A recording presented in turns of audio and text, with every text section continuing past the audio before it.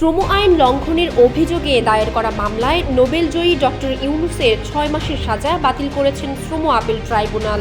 বুধবার শ্রম আপিল ট্রাইব্যুনালের বিচারক এম.এ. আউয়াল এ আদেশ দেন। আদালতে ডক্টর ইউনূসের পক্ষে শুনানি করেন ব্যারিস্টার আব্দুল্লাহ আল মামুন।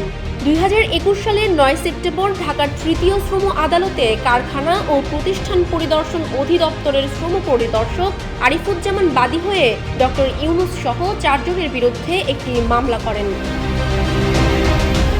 এদিকে আজ নোবেল বিজয়ী প্রফেসর মোহাম্মদ ইউনূস দেশবাসীর উদ্দেশ্যে বলেছেন, আমি সাহসী ছাত্রদেরকে অভিনন্দন জানাই, যারা আমাদের দ্বিতীয় বিজয়কে বাস্তবে রূপ দিতে নেতৃত্ব দিয়েছেন। অভিনন্দন জানাই দেশের আপামর জনসাধারণকে, যারা ছাত্রদের এই আন্দোলনে পূর্ণ সমর্থন দিয়েছেন। আসুন আমরা আমাদের এই নতুন বিজয়ের সর্বোত্তম সদ্ব্যবহার নিশ্চিত করি। ডক্টর ইউনূস বলেন, আমাদের কোনো প্রকার ভুলের কারণে আমাদের এই বিজয় যেন হাতছাড়া হয়ে না যায়।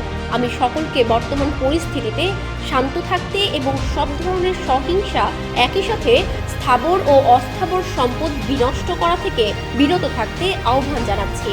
ছাত্র ও দলমত নির্বিশেষে সকলকে শান্ত থাকার জন্য অনুরোধ করছি। আমাদের সুন্দর ও বিপুল সম্ভাবনাপূর্ণ দেশটিকে আমাদের ও পরবর্তী প্রজন্মের জন্য রক্ষা করতে হবে। একই সাথে এগিয়ে নিয়ে যাওয়াই এখন আমাদের প্রধান কাজ। একটি নতুন পৃথিবী বিনির্মাণে আমাদের তরুণরা প্রস্তুত। অকারণ সহিংসতা করে এই সুযোগটি আমরা হারাতে পারি না। সহিংসতা আমাদের সকলেরই শত্রু। অনুগ্রহ করে শত্রু সৃষ্টি করবেন না। সকলে শান্ত থাকুন এবং দেশ পুনর্গঠনে এগিয়ে আসুন বলে আহ্বান জানান তিনি। প্রফেসর মোহাম্মদ ইউনূস বলেন, অনুগ্রহ করে নিজে শান্ত থাকুন এবং আপনার আশেপাশের সকলকে শান্ত থাকতে সহায়তা করুন।